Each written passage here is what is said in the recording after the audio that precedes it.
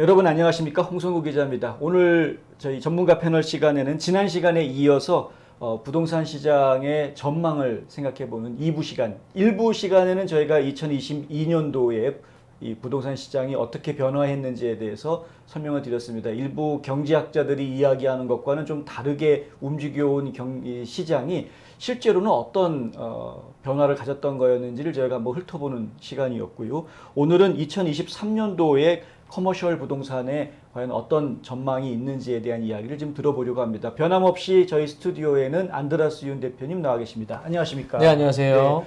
지난번 시간에 저희가 들었던 이야기는 상당히 제 속을 아주 시원하게 만들어주는 얘기를 해주셨어요. 다행입니다. 제가 뉴스 보도하면서 항상 궁금했던 게 경제학자들이 이야기하는 거하고 제가 뉴스 취재하면서 느끼는 거하고 좀 달랐거든요. 느낌이. 네. 제가 생각하기에는 이자율이 더 많이 올라가야 될 것 같은데 그런데 경제학자들은 많이 안 올라갈 것처럼 자꾸 이 얘기를 해왔었단 말이죠. 그런데 지난 시간에 설명을 듣고 제가 아주 속 시원하게 다 뚫렸습니다. 다행이네요. 예, 아주 네, 감사했고요. 지난번에 이제 그 답은 2부에서 말씀드리겠습니다. 라고 해주셨던. 예, 네네네. 예, 올해 그 커머셜 부동산의 전망부터 일단 먼저 훑어보고 시작하겠습니다. 네. 일단 뭐 전망이라고 한다고 해서 이 많은 말씀하신 것처럼 경제학자들이라든지 아니면 어떤 많은 부분에서 분명히 수많은 예상을 내어놓겠죠. 네. 그 중에서 가장 지금 파퓰러한 것이 리세션이 올 것이다. 네. 그죠? 너무 네. 당연한 거 아닙니까? 그러면 우리가 리세션이 뭔지를 알아야 돼요. 자, 리세션이 온다고 모두들 이렇게 소위 말하는 모든 미디어에서 겁을 주고 있죠. 네. 왜냐하면 이런 비정상적인 상황이 계속해서 흘러감으로써 리세션이 오고 있는데 과연 우리가 아무것도 안 해야 되나 그렇다면. 네, 네. 자, 그렇다면 어떤 다른 방법은 그러면 있느냐? 보통은 다른 방법은 제가 잘 모르겠는데 네. 되도록이면은 소비하지 말고 뭐 이렇게 현금을 좀 챙겨둬라 나중을 위해서 뭐 이렇게 이야기하시는 분들이 그래서 우리가 얘기한 게 아르헨티나에 돈을 집어넣어라. 짐바브에다가 넣어. 짐바브웨 100%의 네. 디파짓 인슈런스 레이시니까 그런 얘기가 나왔는데 이 얘기 듣고 정말 하시면 안 됩니다. 예, 진짜 왜냐하면 리스크가 있기 때문에 네네. 하면 안 돼요. 그런데 저는 그렇게 생각합니다. 우리가 리세션이라는 개념에 대해서 정말 바로 알아야 됩니다. 네. 리세션이 뭔가? 저는 이 리세션은 뭐 경제가 완전히 박살이 났다든지 네. 아니면 비정상적인 것이 아니거든요. 여전히 꾸준하게 경제 활동이나 모든 부분에서는 가지만 이것이 긴축되어서 한마디로 움츠려 드는 현상일 뿐입니다. 얼마나? 바로 투쿼러죠. 네.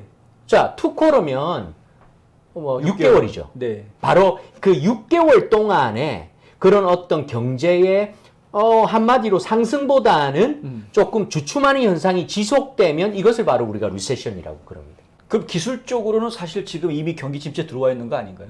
그렇죠. 느끼는 거는 이게 바로 뭐 우리의 경제 침체죠. 뭐냐면 예전보다도 활발하게 경제가 진행이 안 되고 있잖아요. 그러나 숫자상으로 보기를 원하는 거죠. 네거티브 GDP가 되어야 되고요. 네가티브 먼저 GDP. 예, 네거티브 GDP가 되어야 되고 네. 그리고 unemployment rate이 올라가는 이 두 가지를 이렇게 충족시켰을 때 바로 이제 리세션이 네. 되고 있는데 제가 이거는 분명히 경제학자들이나 이런 모든 부분에서 얘기를 하는 부분이고 제가 바라보는 시점은 이제 리커버리 타임이 아닌가 싶습니다. 벌써요? 저는 내년이 그것을 준비하는 시간이 아닌가 저는 그렇게 보아집니다. 네. 뭐 제 개인적인 생각입니다. 자, 이것이 왜 그렇게 바라볼 수가 있냐면 어차피 우리는 2020년과 2021년도에 코로나 사태를 경험하면서 비정상적인 아닌 정말 소위 말하는 누가 목 잡고 그냥 끌고 간 네. 이런 상황이었죠. 그랬죠. 억지로 끌고 가다가 이런 시간이 올 줄을 분명히 예상을 했죠. 그 누구도 예상을 안 하지는 않았습니다. 네. 집값이 정말 최악으로 떨어질 줄 알았는데 뭐 그렇게 이자율을 조절함으로써 정말 3.2 정말 이런 엄청난 프라임 레이트 같은 것으로 유혹을 하고 그렇게 해서 경제 활동을 계속 왕성하게 이끌어 왔는데 결국은 이 비즈니스라는 것이 히스토리를 보면 이 경제가 사이클이라는 게 있거든요. 네. 그래서 이제 떨어질 수밖에 없는 시점인 거예요. 그래서 그것을 가지고 너무나도 민감하게 반응할 필요는 없고요.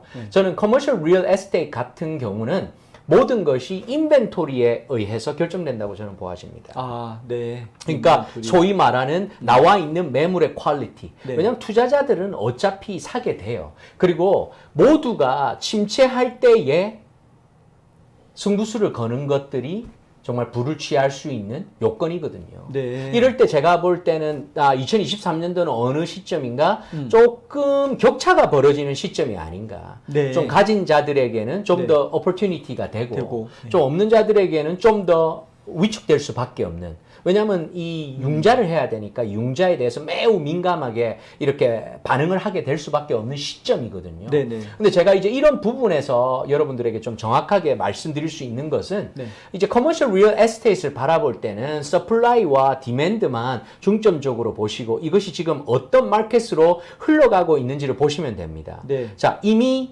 지금 요 근래 몇 년 동안 셀러 마켓이었죠. 계속 그랬죠. 예, 셀러 마켓이라는 즉 물건을 내가 팔고자 하면 네. 팔고자 하는 사람이 얼마든 자기가 원하는 방향대로 흘러가는 거죠. 네네. 그러나 더 이상 이제 그런 마켓이 지속되지는 않고 이제 바이어 마켓으로 서서히 전환되고 있는 시점이 바로 우리 지금 현재 디셈버에 있는 것입니다. 맞습니다. 집값은 이미 결정 났고요. 지금 바이어 마켓이죠. 네네. 예, 집값은 이미 바이어 마켓입니다. 네. 그러나 이 커머셜 리얼 에스테이트 같은 경우는 지금 나와 있는 인벤토리가 계속해서 진행되고 있고 이미 투자자들이 마켓에 나와 있는 상태에서 발을 뺀 사람도 있지만 아직까지 발을 들여다놓고 좋은 물건을 기다리고 있는 그 디맨드가 여전히 스트롱하거든요. 아, 그렇군요. 그랬기 때문에 이것이 바로 쉽게 역전되지는 않았던 거예요. 네. 왜냐하면 많은 요인들이 있잖아요.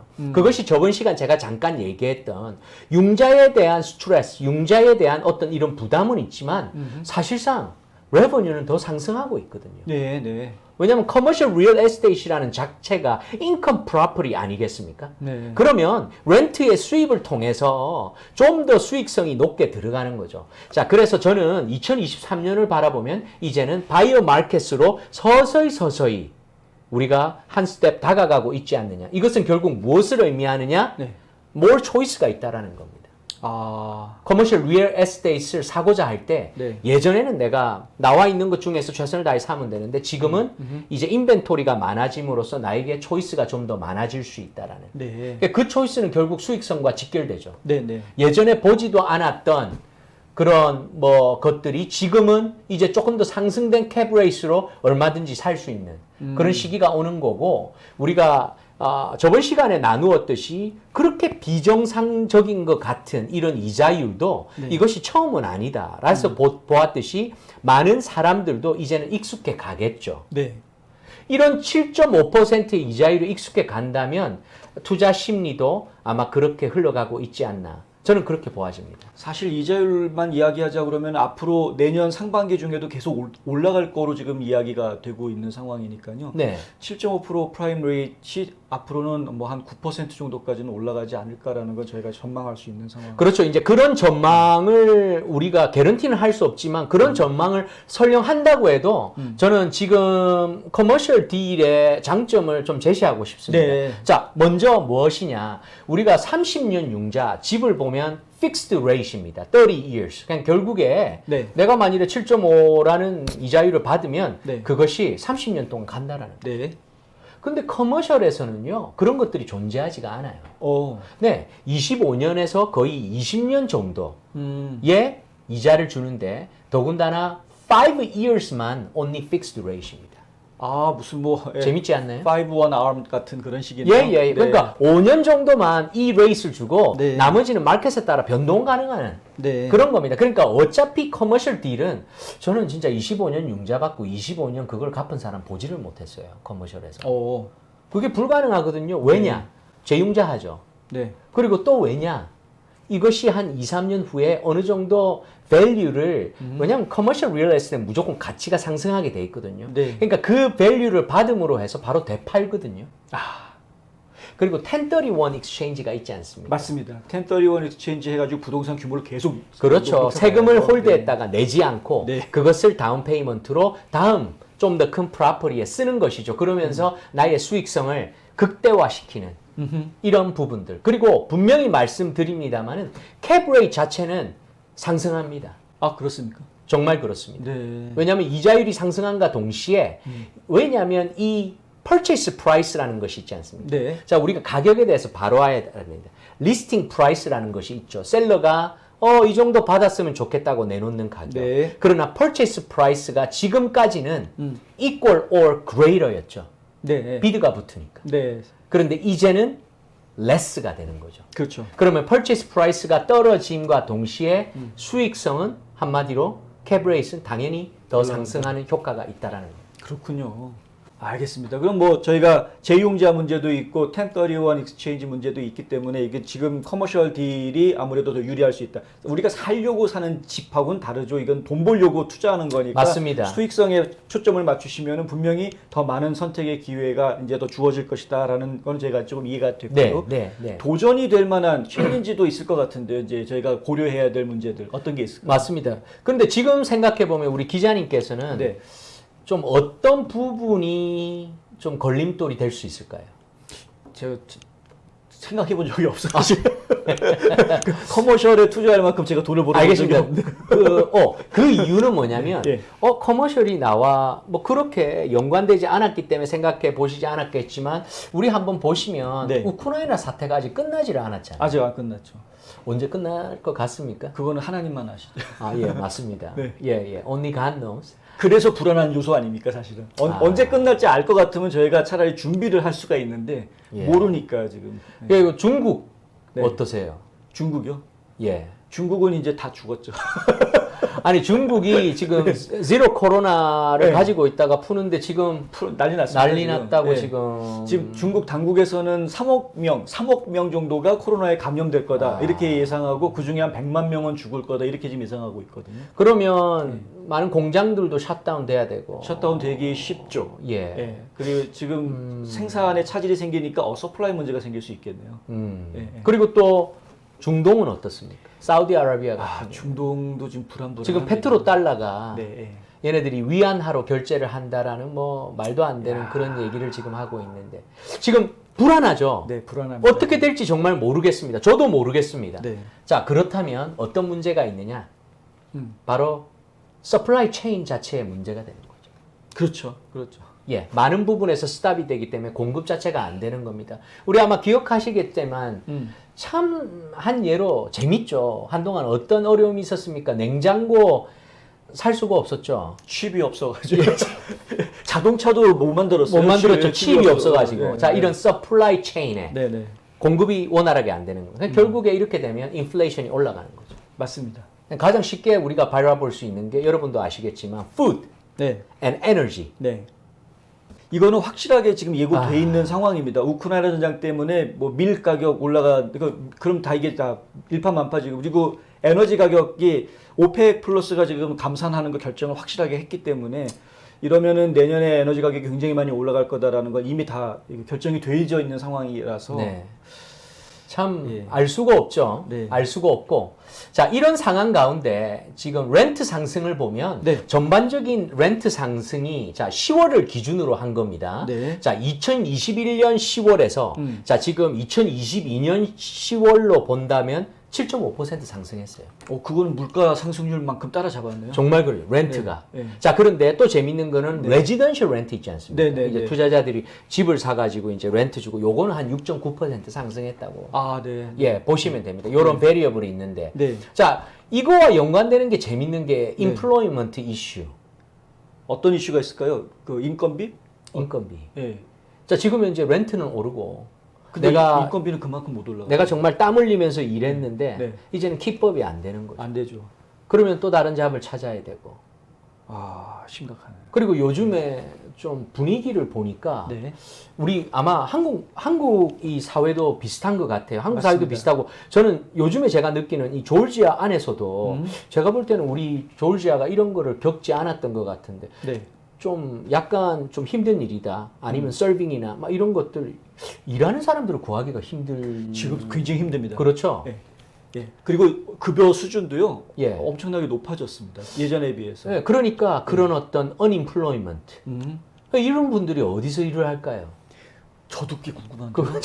아니 다 어디 갔는지 와, 모르겠습니다. 사람을 구하는데 엄청 많은데 다들 어디 가서 뭐 하는지 모르겠어요. 아, 저 진짜 모르겠어요. 저도 그래서 요즘에 고민하는 게, 그럼 모두가 IT 회사에서 일을 하나? 아니 그건 아닌 거 설마. 그 식당에 가면 사람 엄청 많거든요. 저 진짜 모르겠습니다. 진짜 그런 부분들. 그러니까 결국에는 unemployment 이런 이슈가 분명히 있죠. 있죠. 자, 이런 챌린지가 분명히 있다고 봐야 됩니다. 그렇기 때문에 경제학자들은 일반적으로 리세션이 분명히 올 것이다. 네. 근데 리세션을 너무 지레 겁먹을 필요는 없다. 네. 저는 어떤 그런 관점입니다. 네. 지금 뭐 대기업들 전부 다 그 정리해고 하겠다라고 선전포고 다 하고 있는. 네. 심지어는 골드만삭스도 몇천 명 해고한다고. 그렇죠, 그렇죠. 이게 이 정도면은 지금 내년 1년 동안에 2023년 1년 동안에 200만 명의 일자리가 없어질 거다 이런 얘기가 이제 나오고 있는 상황인데 일자리가 없어지면 또 인건비가 또 떨어질 거고. 근데 참 재밌는 게 우리 기자님도 아시겠지만 요즘에 조지아는 그래도 타주보다는 좀 핫하지 않나요? 저는 그게 이제 질문할 것 중에 하나였는데요. 부동산 가격이 다 떨어진다고 그러는데 사바나 쪽은 엄청 올라가고 있어요 지금.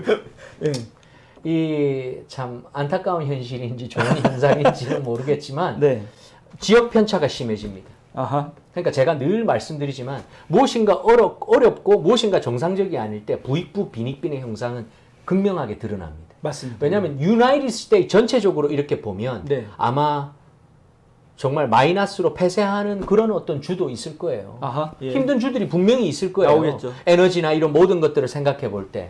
그러나 우리 조지아 같은 경우에는 지금 벌써 뭐 현대 들어오고 또 이번에 베로 카운티에서 또 들어온다고 하고 뭐 SK랑 합작해서 또 들어온다고 하고 지금 뭐 부밍이에요, 부밍. 자, 지역 편차가 매우 심해진다고 볼 수가 있죠. 그렇죠. 제가 볼 때는 지금 이것을 통해서 오퍼튜니티를 가지고 뜨는 지역들이 분명히 있습니다. 물론 텍사스도 있을 수가 있고, 그리고 뭐 테네시라든가 이렇게 좀 이런 흐름을 가지고 상승하는 지역들도 분명히 있다고 봐야죠. 사실 지금 전기자동차가 미래 산업의 가장 중심 산업군이 되면서 반도체하고 전기자동차 분야는 지금 꺼지지 않는 활활 타오르고 있는 산업군인 것 같고요. 그렇다 보니까 이쪽 분야에 투자가 이루어지는 지역들도 부동산 가격이 상당히 탄력을 좀 받고 있는 건 분명한 사실인 것 같습니다. 그러니까 저는 동전에 한쪽만 볼 수가 없다라는 거죠. 그렇죠. 분명히 양면을 봐야 된다는 맞습니다. 거죠. 자, 우리가 일반적으로 리세션 한다고 해서 과연 내가 리세션 상황과 직접적인 연관이 있는가? 저는 이걸 봐야 된다는 거죠. 많은 투자분들이 그런 질문을 해오죠. 2023년 제가 솔직히 지금 한 올 여름부터 지금 저의 클라이언트들에게는 건물을 사는 부분에 있어서는 좀 어느 정도 최대한 지금 홀드를 하고 가고 있습니다. 아, 그러세요? 예. 너무 그러시면 돈 못 버시잖아요. 그러니까 그게 핵심입니다. 저는 개인적으로 제가 믿는 것은 사람을 잡는 것이 저는 결국에는 위너라고 저는 생각을 하거든요. 이제 이런 관계들. 그러니까 솔직히 어떤 전화에서 어떤 부분이 좀 이분이 과연 시리어스한 바이어인가 아니면 그냥 대충 물어보는 바이어든 저도 느낌이 오잖아요. 그렇겠죠. 보험하시는 분들 딱 들어보면 이 사람 할 사람이다 안 사람 금방 감이 오죠. 저도 감이 오지 않습니까? 그래서 누가 그렇게 물어보더라고요. 혹시 물건이 이렇게 있냐. 그래서 지금은 좀 이렇게 상황이 아니고 저는 좀 기다리시면 좋겠습니다. 왜냐면 그렇게 물어보시니까 제가 그렇게 질문을 하니까 그러면 지금 놀고 있어요? 제가 이런 질문을 이렇게 하시더라고요. 분명히 말씀드리지만 저는 놀고 있지 않습니다. 저는 열심히 일하고 있습니다. 왜냐? 이것이 꼭 사는 부분만 있는 것이 아니고 리스팅도 있고 또 많은 부분들이 있기 때문에 계속되는 액션은 있지만 저는 롱텀을 위해서는 정직하게 제가 믿는 소신대로 나가야 된다고 생각을 하거든요. 어차피 거짓은 들통나게 돼 있기 때문에. 그래서 저는 지금까지 홀드를 해놓은 상태고 2023년을 모두가 기다리고 있습니다. 좀 텍스 시즌이 오면서 이제 저는 분명히 바이어 마켓으로 전환되리라고 믿습니다. 왜 저는 이 바이어 마켓으로 가는 것이 익사이팅한가? 결국에는 우리가 정상적인 네고시에이션이 가능해지는 시기점이라고 보는 것이죠. 이 물건을 사면서. 저는 이전에는 어떤 리얼 에스테이트 브로커가 잘하는 브로커냐. 지금 최근 한 1, 2년을 바라보면 뭐 깎고 말고 이런 것이 아닙니다. 정말 필요한 물건을 잡을 수 있는 브로커. 결국에 돈을 더 주더라도. 그렇죠. 그거는 뭐 물건이 필요한 것이면 지금 물가 상승률을 한번 보세요. 7점 몇 배가 올랐잖아요. 그러면 어찌됐든 간에 2020년에 물건을 샀다면 분명히 지금 올라 있어요. 그것이 바로 위너라는 거죠. 하지만 흐름은 변화되죠. 그래서 저는 2023년도를 상당히 이렇게 지금 기대하고 있고 네. 저는 그런 어떤 인벤토리의 다양화를 통해서 얼마든지 이제는 맞춤형의 그런 커머셜 리얼 에스테이트 마켓이 가능해졌다고 보기 때문에 네. 저는 2023년도 제 개인적으로는 very exciting한 그런 시기가 오고 있습니다. 좋습니다. 자, 그러면은 조금 더 구체적으로 좀 들어갔어요. 네. 하지만 시간이 저희 많지 않기 때문에 네. 네, 빠르게 진행하도록 하는데 분야별로 그러면 어떤 전망이 가능한지 한번 좀 보겠습니다. 예. 일단 다세대 주택 이 시장은 좀 어떨 것 같아요? 예, 일단 다세대 시장은 지금 현재로 네. 일단 굿뉴스죠. 아, 그런가요? 네. 네. 왜냐하면 vacancy rate 예. 그렇죠. 그러니까 우리가 지금 다세대 주택 그러니까 결국에는 뭐냐면 아파트라고 우리가 예를 들어 보죠. 예. vacancy rate이 최근 동안에 제일 낮습니다. 지금 4.4%가. 와, 거의 꽉 차 있다는 얘기예요. 거의 꽉꽉 차 있다고 네. 보시면 됩니다. 오. 자, 그런데 뭐 이것이 다냐? 네. 아니잖아요. 왜냐하면 거기에 들어가는 캠이 있을 거 아닙니까? 아, 그렇죠. 주인이 내잖아요. 누가 네. 아파트 HOA 내라고 합니까? 그죠? 네. 그러면 네. 들어가는 것들이 뭐가 있을까요? 뭐 전기값, 네. 아니면 뭐 엘리베이터가 있으면 엘리베이터, 하여튼 이런 모든 것들이 들어가지만 네. 가장 중요한 것은 단기 계약일 때 네. 렌트가 어저스트가 가능하다는 겁니다. 마켓에 따라서. 네. 그러니까 그런 비즈니스들은 렌트를 좀 올리면 돼요. 그렇죠. 뭐 그런 어떤 시츄에이션이 되기 때문에 그렇다고 보고 네. 아마 인더스트리얼에 대해서 한번 네. 산업 부분들 어떻습니까? 지금 지역 차가 좀 있긴 할 것 같아요. 편차가 크지만 네. 그래도 일반적으로는 아마 잘 아시겠지만 이커머스 이커머스는 계속해서 꾸준하게 성장할 수밖에 없을 것 네. 같아요. 그래서 웨어하우스를 네. 정말 원하는 분들이 진짜 많습니다. 아, 예. 그 참 너무 재밌는데 네. 이게 근데 웨어하우스가 이렇게 꽉꽉 차잖아요. 네. 요즘에 넘치잖아요. 없어서 못 팔잖아요. 없죠. 네. 자, 그런데도 웨어하우스 인더스트리얼 쪽에 포텐셜이 있는 게 지금 지어진 이런 어떤 우리가 가동할 수 있는 이 웨어하우스의 숫자가 리테일 네. 빌딩들의 20%밖에 안 된다라는 거예요. 그럼 그만큼 업사이드가 있겠죠. 네. 보통 이런 웨어하우스를 새로 짓는다라고 한다면 기존에 있는 걸 사는 거하고 비교했을 때 어느 쪽이 더 유리하다라고 생각하시나요? 뭐 아니면 돌아오잖아요. 아, 그렇습니까? 저는 개인적으로 스타일이 네. 제가 잘 모를 수도 있어요. 예. 그러나 이제 새로운 건축을 해서 무엇을 하고 저는 이제 그러니까 호텔 같은 경우도 제가 많이 하다 보면 많은 분들이 그런 얘기를 해요. 땅을 사서 딱 봤을 때 이 땅은 좋잖아요. 땅을 사서 건물을 새로 지으고 깔끔하고 우리 한국 분들은 또 새 거를 좋아하시잖아요. 네네. 새 건축을 하는. 저는 좀 반대 스타일이거든요. 네. 왜냐하면 새 거를 지으면 그만큼 돈이 들어가지 않습니까? 네. 그러면 그만큼 내가 뽑아야 돼요. 음. 그러려면 그만큼 받아야 돼. 그렇죠. 근데 과연 그것이 그 지역에 그렇게 받았을 때 경쟁력이 있느냐? 저는 그런 질문을 하고 싶은 거죠. 아, 네. 그러니까 모든 것은 수익성으로 나가야 됩니다. 그리고 이 짓는다는 것도 생각보다 쉽지 않고요. 또 요즘 그렇죠. 같이 뭐 서플라이의 대난일 때는 지금 뭐 너무 안 좋죠. 아, 그렇네요. 너무 안 좋고 또한 우리 그 아까 기자님께서 말씀하셨던 사바나 지역 네네. 그쪽으로 이제 현대 공장이 들어오는데 그쪽은 지금 웨어하우스 없어서 난리예요, 지금. 너무 재밌는 게 네. 그 왜 우리 그때 그 얘기 좀 나눴었죠. 네. 지금 관심 있으신 분들은 좀 늦었다. 아, 네, 맞습니다. 그 얘기 하셨었어요. 실질적으로 땅 다 사놨었잖아요. 예. 그러니까 땅 사서 뭐 했냐면 다 뭐 10몇만 스퀘어 피트 이렇게 웨어하우스 다 지었었어요. 헐. 그래서 거기에 들어가면 다 새 웨어하우스들이 빵빵합니다. 그렇게. 지금 그렇게 돼 있군요. 네, 그러니까 그 정도로 자금력이 있다면 솔직히 저는 그렇게 생각합니다. 제가 만일에 정말 어마어마한 이런 자금력이 있다면 네. 뭐 지금 우리가 자 둘루스, 수와니, 네. 예, 그 전에 도라빌이었죠. 도라빌. 제일 처음에. 네. 최초에. 그러니까 도라빌에서 자, 둘루스, 또 수완이로 계속 올라가는 추세에서 네. 참 신기하게 해밀턴 밀 쪽에 사람이 너무 많이 살잖아요. 우리 지금 한인들이. 맞습니다. 그러니까 비폴드 위로. 그런데 아직까지 한인 마켓이 없어요.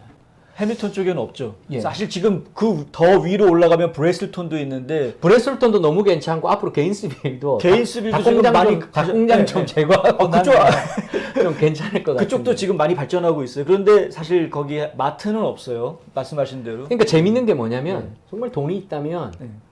그런 어떤 지역에 한인타운 또 짓는 것도 괜찮지 않나. 아, 그러니까 결국에는 뭐가 문제인가? 자금력의 문제죠. 자금이 많이 들어가. 그렇죠. 제가 말씀드리는 부분은 결국에는 뭐냐면 네. 우리가 얘기했던 그런 어떤 현대공장이 들어온다고 해서 어마어마한 땅을 사놓고 짓는 것 이런 것들 우리 중 투자자들과는 별로 연관이 없다고. 아. 그러니까 우리는 현실적인 부분을 바라봐야 된다는 겁니다. 네네. 솔직히 CNBC나 이런 뉴스들을 보시면 커머셜 리얼 에스테이트에 관련된 많은 뉴스들이 퍼집니다. 네. 그러나 결과적으로 한번 보세요. 다 글로벌 얘기고 다 월마트 얘기고 다 그런 좀 빅 자이언트들 얘기들입니다. 맞아요. 그래서 정말 실질적으로 몸에 와닿는 얘기는 이제 저 같은 사람이 이렇게 맞습니다. 하고 있는 거죠. 뭐 맞습니다. 우리가 그런 부분을 좀 고려해야 되지 않을까. 예.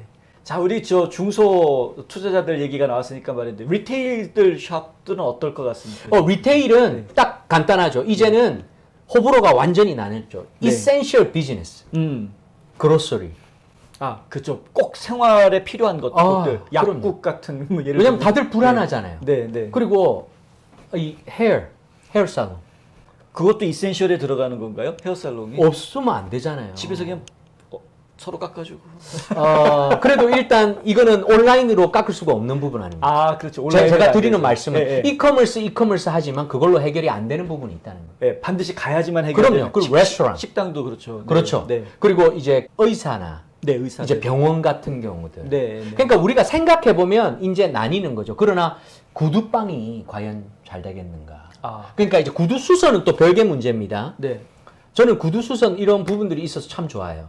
그런데 제가 말씀드리는 거는 예전에 구두를 파는 아니면 운동화를 파는 이런 슈 스토어들 점점 없어지는 점점 것 같아요. 어렵겠죠. 네. 매우 어렵겠죠. 네. 그러니까 요즘 뭐 가격도 워낙 낮아졌고. 뭐 옷 파는 집들 매우 어렵겠죠. 가게들. 왜냐면 이제는 온라인으로도 동대문 옷들을 구할 수 있으니까. 맞습니다. 네. 이제 그런 부분들을 생각한다면 네이버후드 쇼핑몰들은 지금 뭐 또 핫하게 올라가고 있습니다. 그러나 완전 그런 테넌트들이 아닌 실질적으로 많이 죽어가는 테넌트들도 분명히 있기 때문에 이것은 호불호입니다. 정말. 그렇기 때문에 전문가들의 도움이 꼭 필요합니다. 아, 알겠습니다. 또 한 가지가 있죠. 오피스 건물들. 그렇죠. 오피스 건물들에 대한 수요가 늘어날 수 있을까요, 지금 상황은? 좀 불확실성이죠. 네. 저는 개인적으로 뭐 오피스들 우리 다운타운에 있는 네. 그런 뭐 한 60층, 뭐 아, 큰. 한 70층, 네. 뭐 저랑은 상관없다고 생각하고 있기 때문에 그럼 포기하지 마세요. 아, 그럴까요? 네.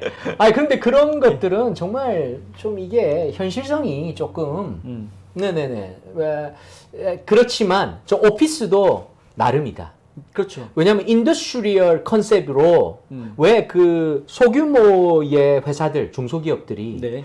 여러 군데가 들어가 있는 그런 나이스한 인더스트리얼 빌딩들 있죠? 네. 아마 여기 보면 피치트리 인더스트리얼 블레버드에 쫙 네. 깔려 거기 이제 있죠. 오피스 센터라는 이름으로 해가지고 네네. 여러 그런 네. 식의 물건들 저는 얘기하는 겁니다. 아, 네, 그리고 네. 곳곳에 보면 메디컬 오피스 빌딩들이 있죠. 네, 네. 왜냐하면 닥터스 오피스, 뭐 orthopedic라든가 아니면 덴티스트라든가 네. 꽉꽉 차 있는 이런 것들. 이런 것들 매우 솔리드하고 여전히 굉장히 좋다고 저는 봐야죠. 아, 알겠습니다. 부동산 경기를 좀 전망해 보는 시간인데요. 혹시 또 추가해 주실 설명이 더 남아 있는 게 있을까요? 아닙니다. 제가 설명을 너무 많이 드린 것 같아서. 그런데 네, 네. 저 한 가지만 애드하자면 마무리로 네. 결국에는 우리는 적응하게 됩니다. 우리는 그렇죠. 지금까지도 적응해 왔습니다. 네. 뭐 어떤 어려움, 뭐 한국 같은 경우는 뭐 IMF 시대도 있었고 그런 어려움이 있지만 이런 물가 그리고 이자율 결국에는 컨시스탄 레벨로 가다가 네. 결국엔 떨어지게 돼 있죠. 네. 적응하게 됩니다. 자, 투자 언제가 좋느냐? 가장 중요한 것은 내가 준비되고 내가 여건이 될 때에 다른 사람들이 움직이지 않을 때에 그것이 결국은 나에게 기회가 될 수가 있습니다. 네. 그렇기 때문에 가장 중요하게 봐야 되는 것은 모든 것은 절대적인 관점은 없다라는 겁니다. 바로 상대적이라는 것을 이것을 바라보시고 움직이시면 될 것 같습니다. 네, 잘 알겠습니다. 모든 것은 다 상대적이다라는 말씀 기억해 주시고요. 그리고 실제로 뭐 우리가 투자를 해야 되겠다, 안 해야 되겠다 이런 결정하시기 전에 뭐 알아보시는 작업들이 굉장히 많이 진행이 돼야 된다는 건 당연한 이야기이니까. 근데 그러한 부분들은 반드시 그 지역에 있는 전문가들하고 상담을 하셔야 도움을 정확하게 받으실 수가 있습니다. 옆 동네 사는 분들은 별로 도움이 안 될 때가 많습니다. 미리 말씀을 좀 드리자면 그렇고요. 핫한 시장에 대한 정보는 그 시장이 핫하다라는 거는 사실 전국에 있는 에이전트들이 다 알 수 있는데 실제로 그 지역에 사는 에이전트가 진짜 제대로 된 뭐가 뭔지를 알 수 있는 사람들이라는 점도 저희가 좀 참고로 말씀을 드리고 싶고요. 예, 항상 위기 속에 기회가 있는 법이기 때문에 어려움이 예상이 된다라고 하지만 사실은 그러한 것들이 그렇게 두려움에 떨어야 되는 대상은 아니다라는 것. 아까도 저희 윤 대표님 얘기해 주신 것처럼요. 그러니까 그 경기 침체라는 게 경기가 그냥 올스톱되고 망가지는 지옥으로 떨어지는 그런 게 아니라 다만 위축되는 것뿐이라는 거라는. 이 위축된다라는 거는 거시경제에서 봤을 때 위축되는 것이기 때문에 그 안에 디테일한 부분에 들어갔을 때는 틈새들이 반드시 있게 돼 있는 거니까 그런 부분들에 대해서 전문가들하고 필히 상담하시고 좋은 결정 내리시면 되겠다라는 말씀 드립니다. 자, 다시 한번 위기 속에 기회 있다 말씀드리면서 오늘 좀 마무리하도록 하겠습니다. 도움말 주신 윤 대표님 정말 감사합니다. 네, 감사합니다.